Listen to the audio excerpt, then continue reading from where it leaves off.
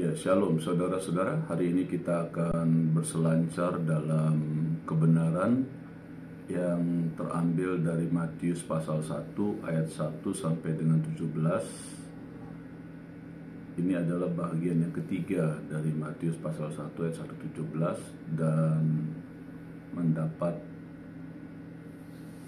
penjelasan atau pendalamannya tentang wanita-wanita yang tertulis di dalam Matius pasal 1 ayat 1 sampai dengan 17. Ini adalah wanita-wanita yang luar biasa. Demikian saya memberikan judul dari berselancar dalam kebenaran hari ini. Saudara, di dalam Matius pasal 1 ayat 1-17 berbicara atau menuliskan tentang silsilah. Saudara, silsilah untuk beberapa suku-suku itu sangat penting sekali. Suku Batak dengan marganya, suku Manado dengan famnya, ya, bangsa Cina juga dengan C-nya. Demikian juga dengan bangsa Israel. Bagi mereka silsilah atau daftar keturunan sangat penting sekali. Kalau kita perhatikan silsilah di dalam kitab Matius pasal 1 ayat 1 sampai dengan 17 ini, ada sesuatu yang menarik dari silsilah atau daftar keturunan ini,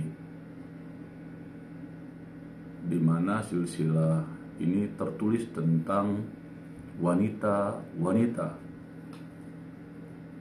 Masalahnya di wilayah Asia dan Timur, silsilah sangat penting sekali, sehingga banyak keluarga yang mencantumkan nama keturunannya di belakang namanya.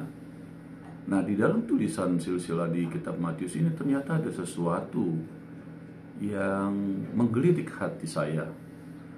Di dalam silsilah ini ada nama wanita-wanita yang seharusnya kita ketahui, untuk wanita dimasukkan di dalam silsilah itu sesuatu hal yang tidak mungkin, ya.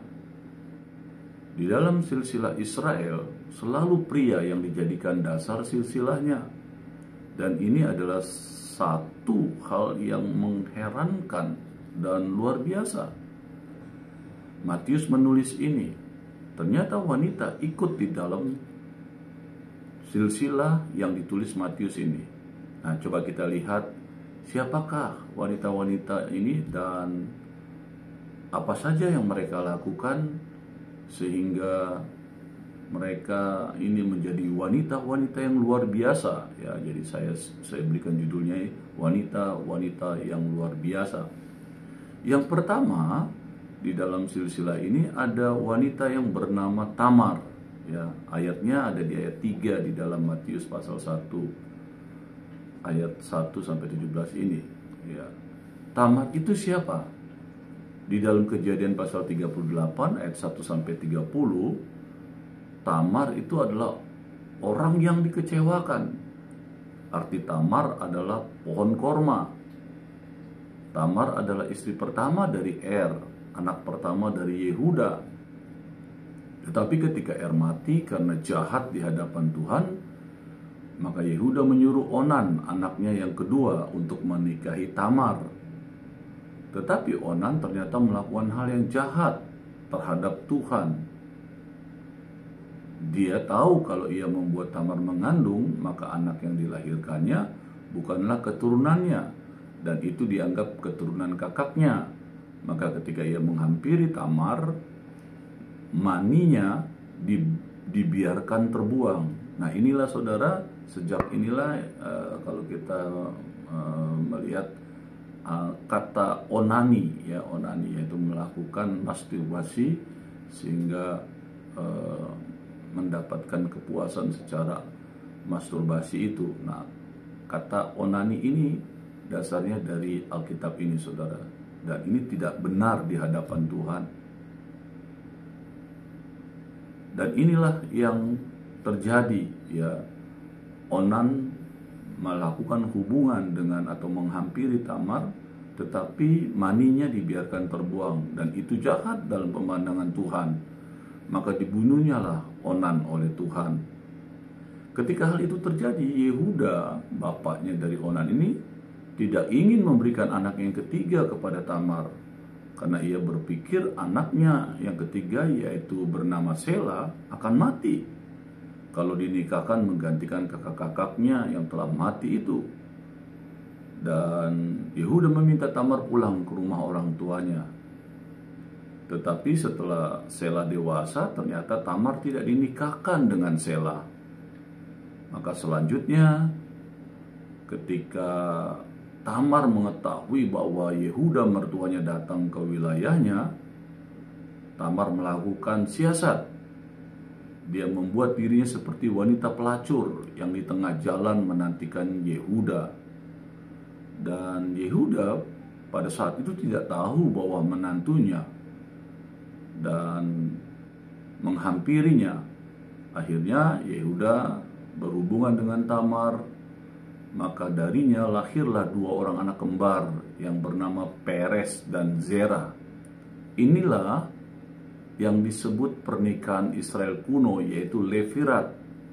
Levirat adalah pernikahan yang terjadi karena untuk menjaga garis keturunan dan waris. Jadi kalau kakaknya yang dinikahkan oleh wanita meninggal, adik dari kakak lelaki itu menikahkan istri dari kakaknya yang meninggal. Begitu ya, itu keturunan yang disebut pernikahan Levirat. Seorang wanita yang tidak dapat mempunyai anak seringkali dicela, ya saudara, pada zaman itu. Bahkan zaman sekarang pun masih banyak, saudara. Kalau ada wanita yang tidak menikah, tidak mempunyai anak, seringkali dicela oleh saudara-saudaranya, oleh tetangganya, bahkan oleh teman-temannya. Ya, di dalam Kejadian pasal 30, saudara, dijelaskan.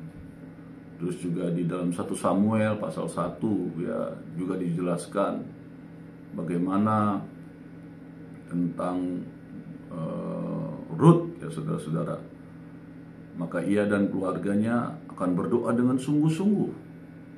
Situasi yang lebih serius akan timbul apabila suaminya meninggal sebelum ia melahirkan seorang ahli waris. Nah, untuk memecahkan masalah ini, kebiasaan perkawinan Levirat dimulai, saudara, ya, supaya kalau dia belum punya anak waktu dia menikah dengan suaminya, maka untuk bisa mengambil keturunan dari suaminya, maka adik dari suaminya itu yang pria dinikahkan dengan istri dari kakaknya, begitu ya. Jadi pertama kali perkawinan Levirat disebutkan dalam hubungan dengan keluarga Yehuda. Ya, Kejadian 38 ayat 8. Tetapi kemudian perkawinan ini menjadi bagian dari Taurat Musa, saudara. Ya, di dalam Ulangan pasal 25 ayat 5 sampai 10 dijelaskan tentang pernikahan Levirat ini. Apabila seorang wanita menjadi janda, saudara laki-laki suaminya yang telah meninggal akan menikahi dia, ya, sesuai dengan hukum Levirat. Anak-anak dari pernikahan itu menjadi ahli waris dari saudara laki-laki yang telah meninggal itu. Jadi begitu perkawinan Levirat. Kalau kakak dari pria itu meninggal dan istrinya dinikahkan oleh adiknya yang laki-laki, maka keturunan atau ketika wanita itu melahirkan, maka ahli waris dari kakaknya, gitu ya. Supaya nama dari kakaknya itu tidak terhapus dari antara orang Israel, ya. Ayatnya ada di Ulangan pasal 25 ayat 6. Apabila seorang laki-laki menolak untuk menikahi ipar perempuannya yang telah menjadi janda, ia akan dipermalukan di depan umum, saudara. Itu terjadi di dalam Ulangan pasal 25 ayat 7 sampai 10 dan di kitab Rut, ya, pasal 4 ayat 1 sampai dengan 7, bagaimana ketika Boas, ya, mau menggantikan yang seharusnya menikahkan Rut dari keturunan suami Rut sebelumnya, maka ketika keturunan saudara dari keturunan suaminya itu tidak mau, maka Boas mengambil alih untuk menikahkan Rut. Dan saudara, kalau kita baca bagaimana di dalam Rut pasal 4 ayat 1 sampai 7, ya, dia diludahi dan dipermalukan karena tidak mau bertanggung jawab untuk meneruskan keturunan dari saudaranya. Jadi contoh yang paling terkenal dari keadaan ini yaitu perkawinan Levirat adalah perkawinan Boas dengan Rut ya. Dalam hal ini kerabat yang terdekat tidak bersedia menikahi Rut. Karena itu Boas sebagai kerabat terdekat berikutnya ya, jadi bertindak sebagai kerabat penebus. Setelah membayar utang atas tanah pusaka Elimelek, Boas mengambil Rut menjadi istrinya untuk menegakkan nama orang yang telah mati itu di atas milik pusakanya. Demikianlah nama orang itu tidak akan lenyap dari antara saudara-saudaranya dan dari antara warga kota. Ya, itu ayatnya ada di Rut pasal 4 ayat 10. Jadi yang pertama wanita yang dituliskan di dalam silsilah Matius pasal 1 ayat 117 adalah Tamar. Nah, sekarang wanita yang kedua saudara yang dituliskan oleh Matius pasal 1 ayat 117 tentang silsilah ini adalah Rahab saudara. Ya, di dalam ayat Matius pasal 1 ayat 5a. Nah, ceritanya itu ada di kitab Yosua pasal 2 ayat 1 sampai 14. Siapakah Rahab ini? Rahab adalah seorang pelacur yang tinggal di kota Yeriko. Ketika Yosua mengirim 2 orang pengintai ke kota Yeriko dan kedua orang pengintai itu dicurigai oleh petugas, maka kedua orang itu bersembunyi, ya saudara, dan mereka bertemu dengan Rahab dan akhirnya memiliki kesepakatan supaya mereka bisa bersembunyi karena Rahab ternyata tahu saudara bahwa bangsa Israel sebentar lagi akan menyerbu kota Yeriko dan yakin akan bisa dikalahkan karena informasi yang didapat oleh Rahab. Sehingga dia berani membuat perjanjian dengan 2 mata-mata itu gitu ya. Dengan membuat perjanjian kalau mereka mengalahkan kota Yeriko, maksudnya bangsa Israel, kepada kedua pengintai itu, mereka mengingat dia dan keluarga besarnya. Maka kedua pengintai itu sepakat, setuju. Dan ternyata saudara, Rahab ini kelak menjadi warga Israel ya. Kalau kita baca di Yosua pasal 2 ayat 6, 17 dan 22 sampai 24 diceritakan bagaimana Rahab dan keluarganya mengikuti bangsa Israel. Dan seterusnya ya, melalui dari Rahab ini ada masuk silsilah keturunan kelahiran dari Tuhan Yesus. Jadi karena ia mau mendengar suara Tuhan dan mau melangkah, maka kitab Ibrani menulisnya sebagai salah satu orang yang beriman, saudara. Keren ya. Rahab itu di dalam Ibrani 11 ayat 31 dan Yakobus 2 ayat 25 dikatakan adalah salah satu orang yang beriman. Keren, mantap saudara. Inilah orang-orang yang dituliskan di dalam Matius pasal 1 ayat 1 sampai ayat 17 dan dengan silsilah yang luar biasa. Nah, sekarang wanita yang ketiga yang dituliskan di dalam silsilah dalam Matius pasal 1 ayat 17 ini. Yang ketiga adalah Rut. Siapakah Rut? Ya, di dalam Rut pasal 1 ayat 1 dan seterusnya saudara, di dalam kitab Rut dijelaskan ya, tentang bagaimana si Rut ini. Ketika ada kelaparan di Israel, Elimelek dan Naomi yang berasal dari Bethlehem, Yehuda pergi ke daerah Moab. Ya, jadi Elimelek dan Naomi ya. Tetapi di sana Elimelek mati saudara. Dan kedua anaknya Mahlon dan Kilion menikahi perempuan Moab. Jadi ketika Bethlehem kekeringan, kelaparan, Elimelek dan Naomi lari pergi ke Moab dan ternyata di sana Elimelek meninggal. Bahkan anak-anaknya yang menikah dengan orang-orang Moab yaitu Mahlon dan Kilion pun meninggal. Nah, Mahlon ini menikahi Rut dan Kilion menikahi Orpa. Tetapi Mahlon dan Kilion pun setelah mati, akhirnya Naomi mengambil keputusan untuk kembali ke Israel. Dan Naomi menasihatkan Rut dan Orpa untuk kembali kepada keluarga mereka karena anak-anaknya sudah meninggal gitu. Dan Naomi tidak ingin membebankan anak-anaknya dan anak-anaknya disuruh kembali kepada orang tuanya masing-masing. Dan Naomi rencana akan kembali ke Bethlehem. Ternyata Rut, mantunya, berketetapan untuk mengikuti Naomi ke Israel dan meninggalkan keluarga dan bangsanya, ya, yaitu bangsa Moab. Ketika Rut berada di Bethlehem atas petunjuk Naomi mertuanya dan berdasarkan adat istiadat yang ada, yaitu perkawinan levirat, ya, di penjelasan tadi ya nomor 1, bahwa Boas punya hak untuk menikahinya, tapi harus melalui penebusan karena ada yang lebih berhak daripada Boas. Maka Boas melakukan penebusan dan akhirnya menikahi Rut, saudara. Jadi ya Rut yang orang Moab itu. Dan kita ketahui Rut akhirnya melahirkan Obed, bapak dari Isai, di mana Isai adalah bapak dari Raja Daud. Nah, saudara-saudara, seperti kita ketahui berdasarkan firman Tuhan di kitab Ulangan pasal 23 ayat 3 sampai 5, bahwa orang Amon dan orang Moab tidak boleh menjadi jemaah Israel karena mereka tidak menerima orang Israel untuk melewati wilayahnya, bahkan memerangi orang Israel, sehingga akhirnya Allah mengutuki orang Amon dan Moab. Ya, mereka tidak boleh berhubungan dengan orang Israel, bahkan sampai keturunannya. Jadi kalau sampai Rut yang secara kebangsaan adalah orang yang tidak layak untuk menjadi jemaah Israel karena kutukan keturunan terhadap orang Amon dan Moab, tetapi untuk hal ini Tuhan menjadikan Rut yang boleh disebut adalah orang yang terbuang, yang tidak layak untuk menjadi bagian dari bangsa Israel, ternyata diambil oleh Allah menjadi bahagian dari kasih anugerah Tuhan, bagian dari bangsa Israel untuk melahirkan keturunan ilahi, yaitu dari rancangan keselamatan Allah, Yesus Kristus. Yang wanita yang keempat sekarang, terakhir saudara, dikatakan begini, Batseba.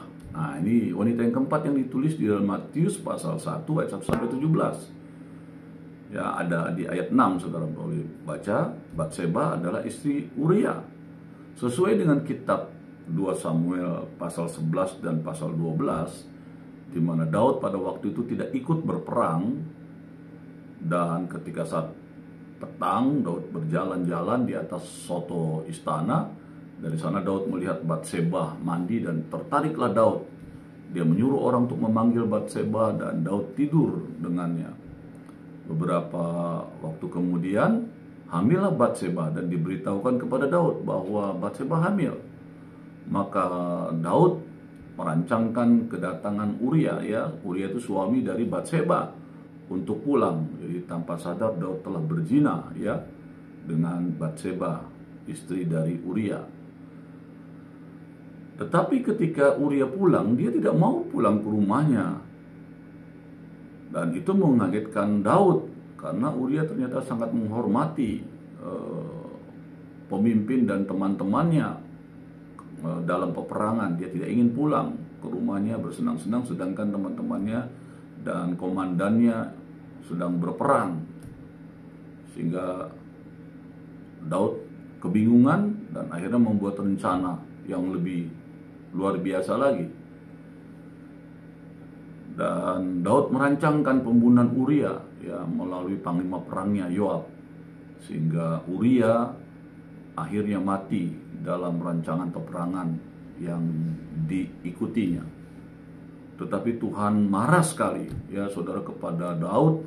Maka Tuhan mengutus Nabi Nathan, diperintahkan Tuhan untuk menegur Daud.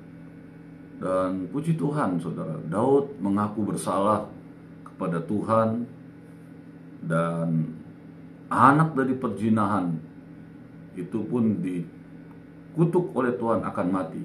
Ya, perzinahannya dia dengan Batseba, dengan Daud. Akhirnya anaknya itu jatuh sakit, dan tidak lama kemudian anak itu pun mati.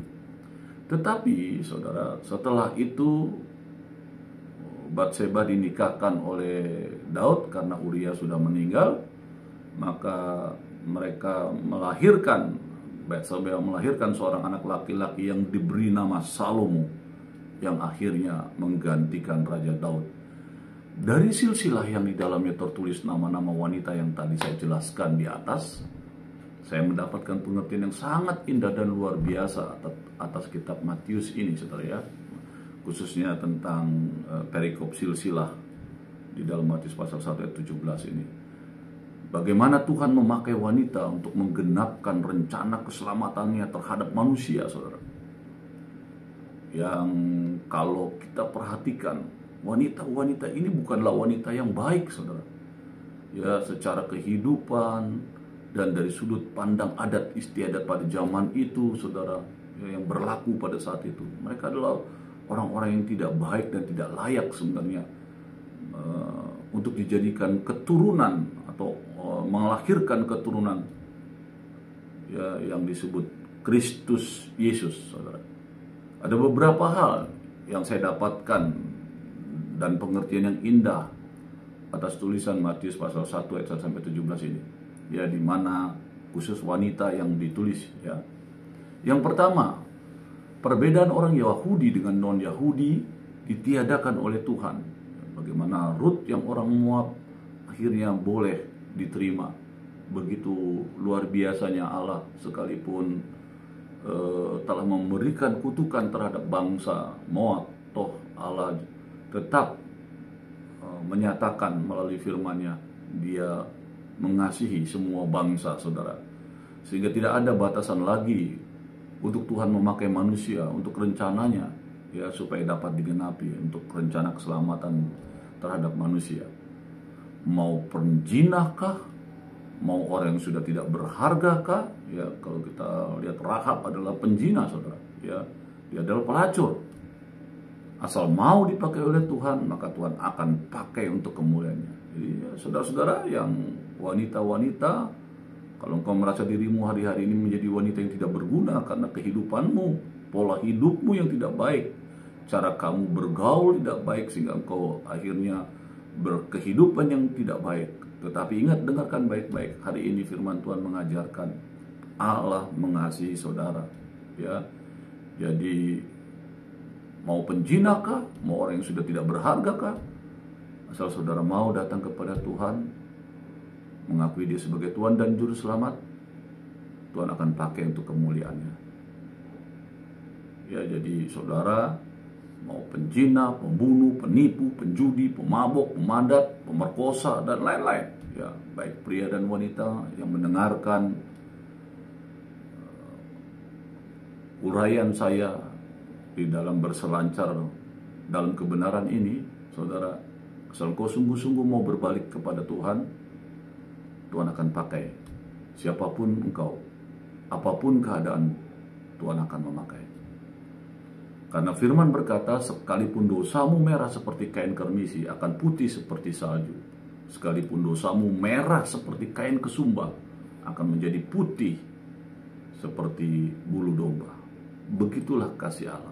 Nah, yang kedua, ya, batasan antara laki-laki dan wanita dihilangkan. Jadi bukan berarti bahwa wanita melanggar otoritas lelaki, jadi wanita di atas laki-laki, bukan begitu, ya. Tetapi sesuai dengan kodratnya, ya, wanita sebagai pekerja, sebagai pengusaha, pegawai negeri sipil atau pegawai militer, tetap kodrat mereka sebagai ibu rumah tangga. Ya, wanita yang melahirkan, yang Tuhan tetapkan adalah sebagai penolong bagi laki-laki.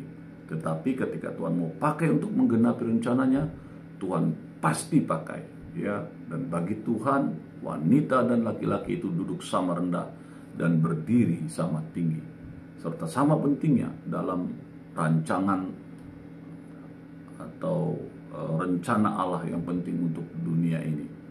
Yang ketiga, batasan orang suci dan orang berdosa juga dihilangkan. Jadi Allah tuh orang suci dan orang berdosa, ya saudara, ya. Ya, artinya begini, sekalipun saudara dan saya pernah berbuat dosa, tetapi ketika kita mau bertobat, maka Tuhan akan hilangkan perbedaan orang berdosa dan orang tidak berdosa.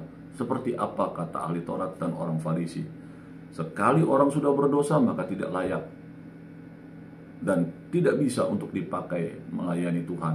Nah, tetapi dalam kasih anugerah Tuhan, tidak, saudara.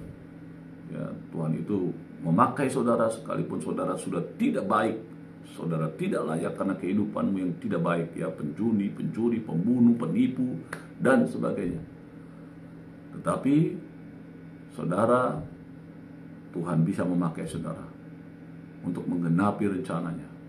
Dan di hadapan Tuhan, selama saudara mau bertobat, mengaku dia sebagai Tuhan dan Juru Selamat.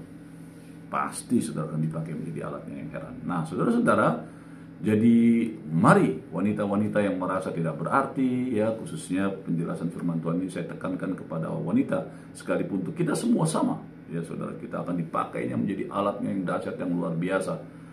Dan untuk wanita tidak mungkin lagi yang merasa hidup, tidak mungkin lagi hidup dengan baik dan benar. Firman Allah mengajarkan, datanglah kepada Tuhan Yesus dengan sungguh-sungguh dan akuilah dia sebagai Tuhan dan Juru Selamatmu, serta berbalik dari jalan-jalanmu yang jahat. Pasti Tuhan akan menjadikanmu alat yang heran untuk rancangannya. Nah, saudara-saudara, demikianlah pencerahan firman Tuhan dalam berselancar dalam kebenaran hari ini tentang Matius pasal 1 ayat 1 sampai 17. Tuhan Yesus memberkati.